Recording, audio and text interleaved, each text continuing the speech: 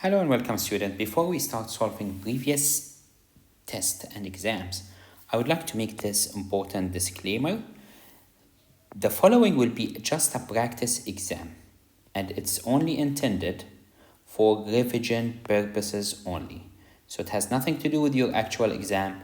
It is not a model for your exam. It's just for you to revise, to test yourself, to practice more, keep yourself with a timer, be in the exam environment. You shouldn't assume the actual exam will be identical to this one. It's also crucial before you start viewing this review is that you complete all the homework problems, look at the lecture notes, and watch the previous video to ensure a thorough preparation for the exam.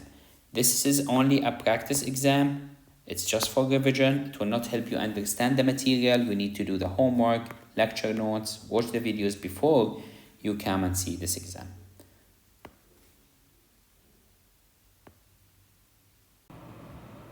Here we will solve test 2 of the summer semester 2023-2024. This will be just a practice exam so that you at least you know the level, and so this is just a practice exam so you know the level and the difficulty of the questions. So we start with the first one. Now for the first one, it's given to me that the weekly demand for X units of a product is given by this function. So I have the price function P, and the average cost of a production is this one.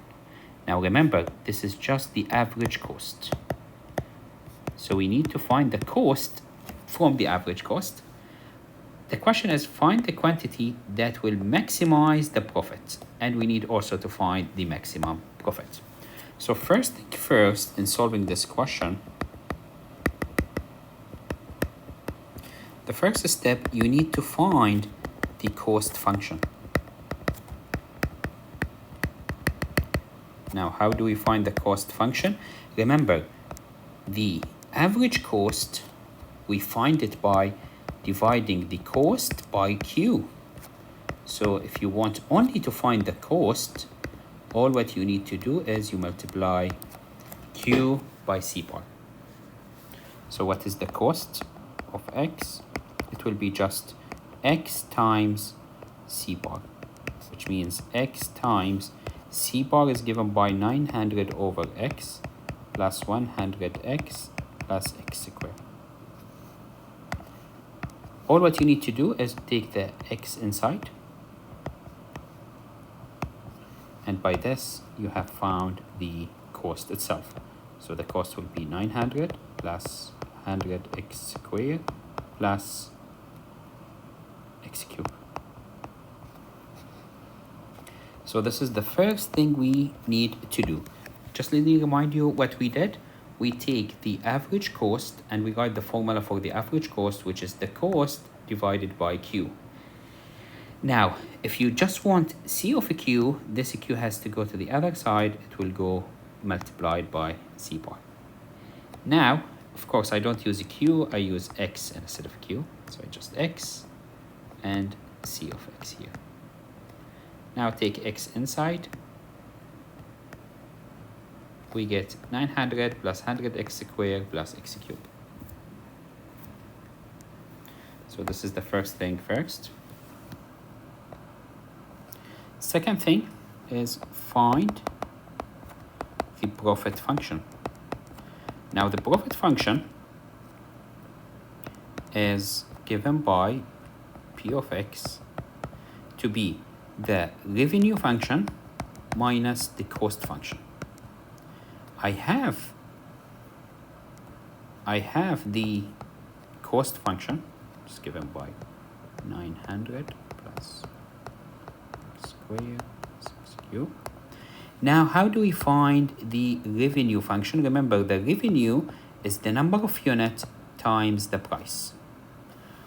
Do we have the price? Yes, in the question, it's given to me the price is given by 60 minus 50x. So we have 60 minus 50x minus this one, the cost. which if we do it, it will be 60x minus 500x squared minus 900 minus 100x squared minus x cubed. This is the profit function. Next step, let me go to the next step here. Find the maximum. Find the maximum profit. Now, the maximum profit, all what you need to do is to find the derivative. So just let me remind you what is B. B, it was 60x minus 50x squared minus 900 minus 100x squared minus x cubed. Now, if we write this one down, it will be just start with negative x cubed. Then the one with x is negative 100x squared. The one with x is 60,000 x. And finally, minus 900. The next step, we need to find the derivative, and we make the derivative equal to 0. Remember, if we want to find maximum or minimum, we need to find the critical numbers. So we get negative 3x squared, negative 300x plus 60,000 equal to 0. Now, how do we solve this question? We solve it using mod 5.3.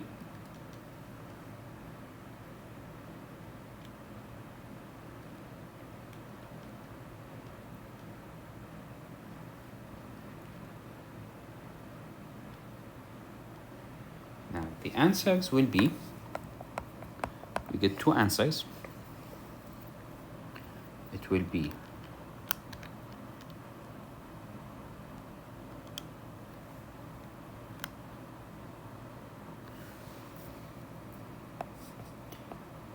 $300 plus 900 divided by minus 6, or x equal 300 minus 900 divided by negative 6.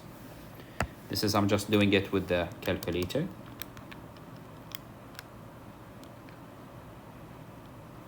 So x equal either negative 200, which cannot be the case, it's rejected,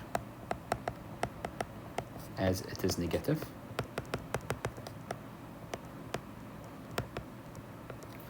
Or we have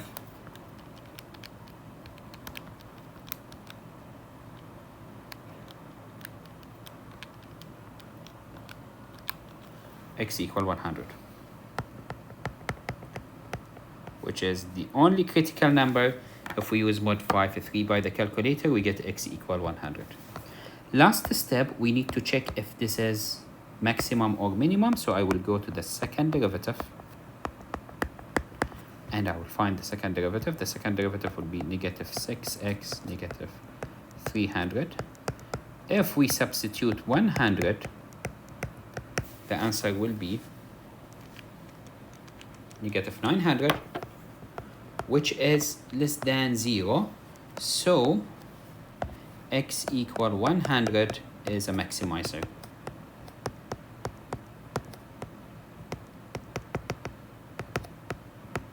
So we know this is a maximizer, and the maximum revenue, the maximum profit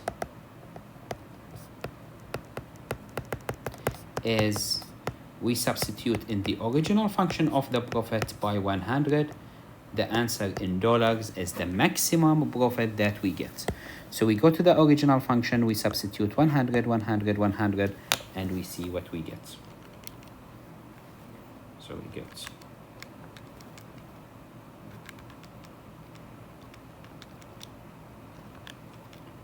it will be 3,499,100.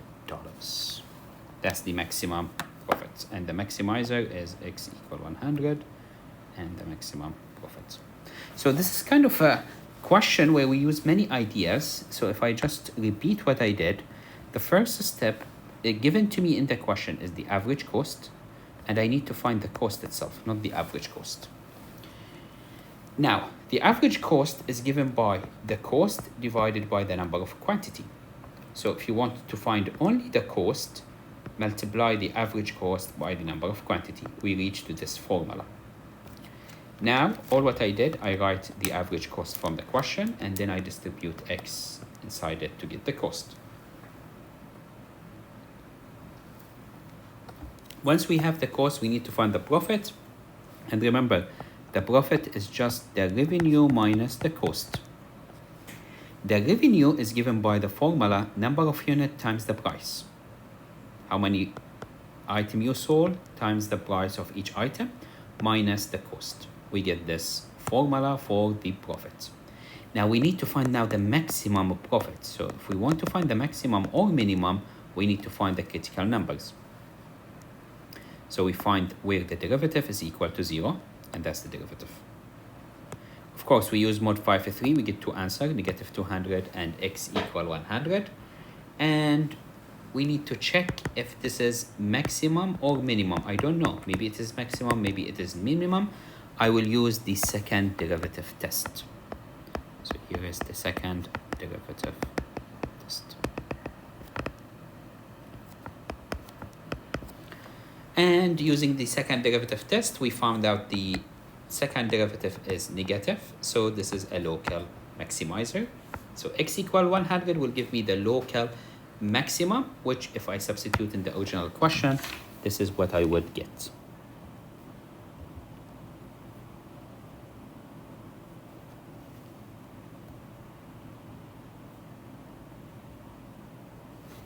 Okay, now let me go to the second question, which we need to find the elasticity of the demand function. Remember, the elasticity of the demand function, let me just write the formula here, eta equal absolute value of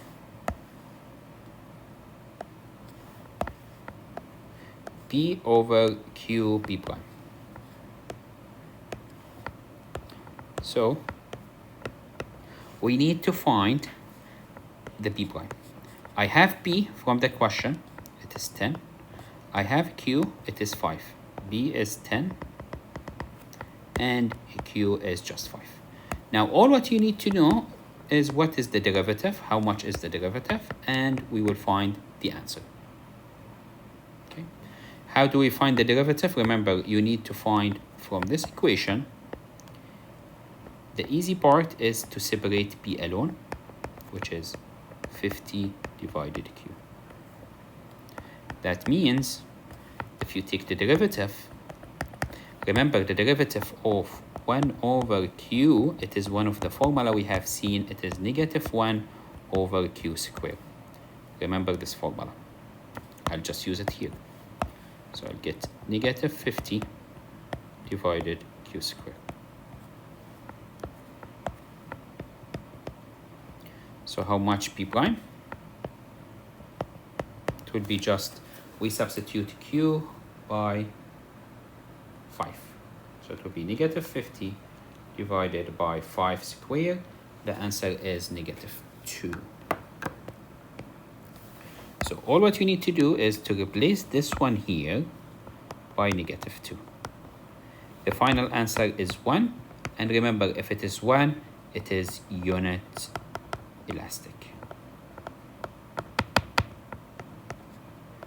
That's the elasticity for this question. Go to the next question, which is given to me a function f of x, and I need to find the local maximum, local minimum, interval of increasing and interval of decreasing. So the first step first, you need to find the derivative and make the derivative equal to 0 to find the critical numbers. What is the derivative? The derivative will be negative 6x squared plus 6x equal to 0, which means you will get two numbers, x equal to 0 and x equal to 1. Now one of them is maximum, one of them is minimum, which out of which you need to do the number line.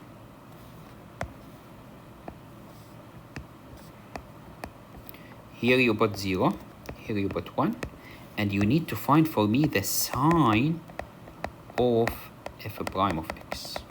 What is the sign of f prime of x? Well, how do we find the sign of f prime of x? Take a number which is greater than 2 as a test number and substitute it here. If you do that, this will be just negative. So the function decreasing here. If you take a number between 0 and 1, which is 0.5, and you substitute here 0.5, you substitute here 0.5. You will get this is positive. Finally, this will be just negative. So you get up and then you get down. So, final conclusion, f is increasing between 0 and 1. F is decreasing if it is negative infinity to 0, and then from 1 to infinity. And we put a union between them. And from the shape here, because I have decreasing and increasing, we know that this has local minimum, because it goes down and up. And this one have a local maximum, which is exactly what you need to find in the question. Maximum at x equal to 1, minimum at x equal to 0. And we find the increasing, decreasing. So that's the first part. Second part, we need to show that it has an inflection point. Remember, inflection point, I'm dealing with double derivative. So if I take the derivative of the derivative, I will get negative 12x plus 6, which equal to 0 will give me that negative 12x plus 6 equal to 0, x equal to half. And now we do the same thing. We go to the number line and we write half here. And now you do the same what we did in part A, but you define the sign of f double prime of x. What is the sign here and what is the sign here? You take a test point. Take x equal to 1, substitute it here. You will get this will be just negative, which means you have concave downward. If you do it with the calculator, this will be positive, concave upward. So concave downward, it will be from half to infinity. Concave upward, it will be from negative infinity to half. And we have inflection points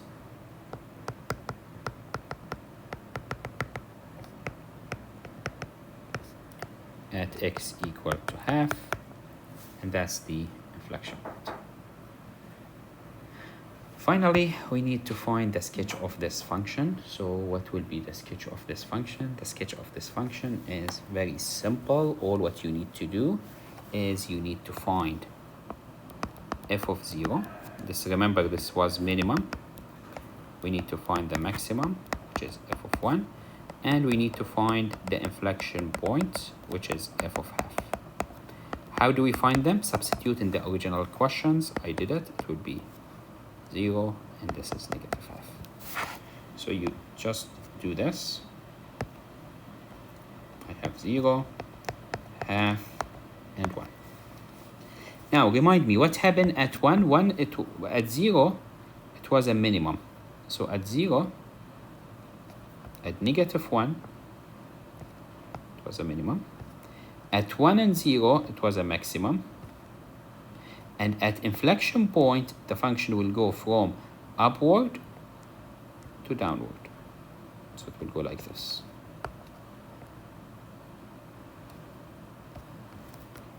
And that's the shape of the function.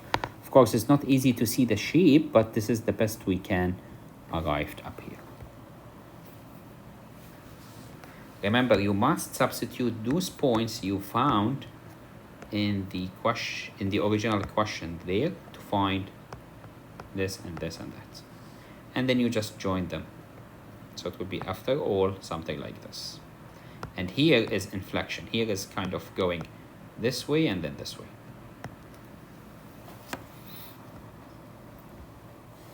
Okay, we need to find the absolute minimum value. Remember, if we want to find the absolute minimum value, we do a table. And that table having x, f of x, What do we add in this table? We add 0, we add 3, which are the endpoints of the given interval, 0 and 3. And here in the middle, you need to find the critical number. What is the critical number? How do you find the critical number? You just find f prime of x equal 2x negative 4 equal to 0. So x will be equal to 2. So we put 2. Now, in the original function, substitute all those numbers. If you do them correctly, this would be 4.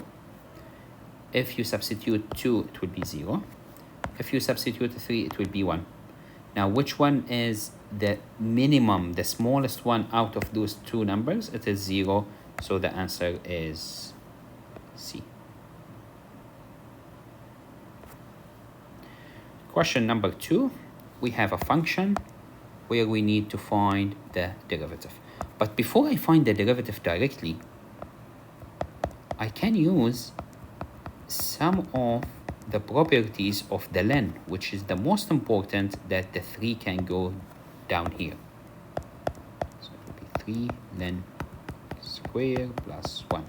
Now I can find the derivative, which is 3.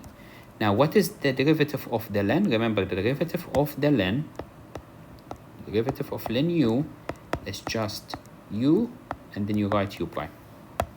So it will be x squared plus 1. And now you find the derivative of x squared plus 1, which is 2x. As a final answer, it would be 6x over x squared plus 1, which is, if you look at this, this would be part C. Question number 3, again, I can use the property of the len, which is much better to be used. So the first step, I know what happened if I have a quotient. I know what will happen. The len will go to the first one minus the len of the second one.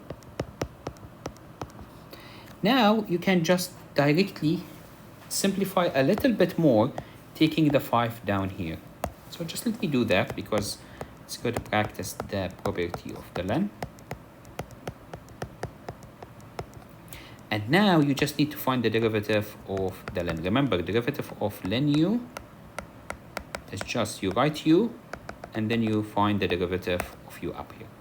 So you will have here 5, and then you have x, derivative of x is just 1, minus x squared, 1 minus 2x. Now, which answer is this one? I can see it is answer D. If you look at answer D, it is 5 over x, this is 5 over x, and then you have 2x minus 1, but then there is a minus here, so the minus will be with 1, this is minus 1, and then you have a minus, you get 2x. And this is the only answer similar to this one. Well, this one is just, we need to use the property of EU, derivative of EU. Remember, EU is just EU, U prime.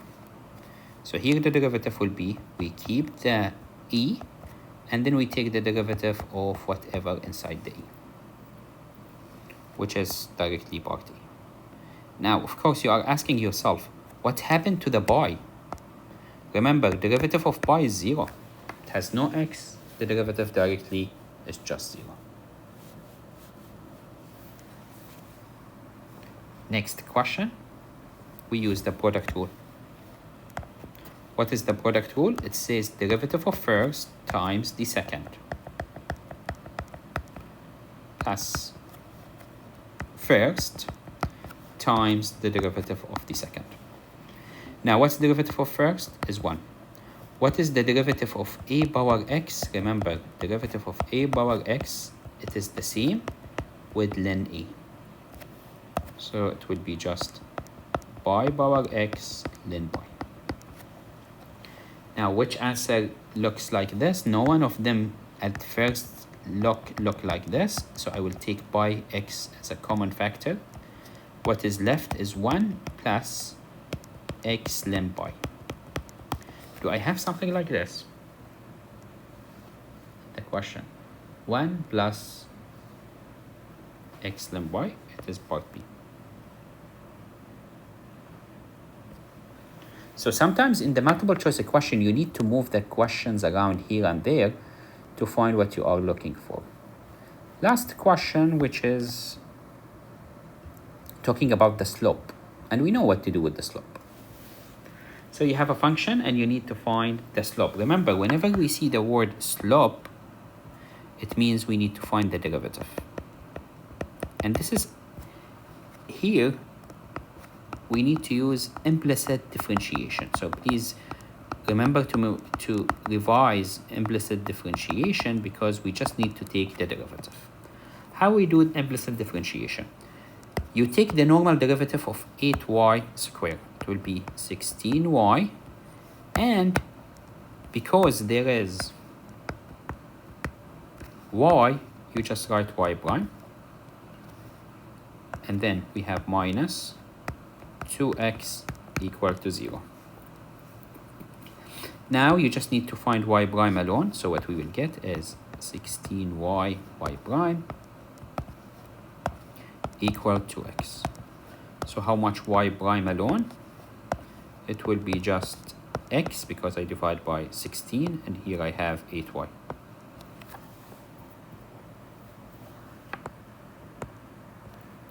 Of course, do I have the value for x? Yes. We substitute the value for x, which is 2. We substitute the value of y, which is 6. The final answer will be just 1 over 24. And that's the derivative, which is at the same time, it is the slope if we are giving a number. So the final answer will be 1 over 24. I hope this revision helps you at least to practice more. I would advise you to solve this exam by yourself first and then also check your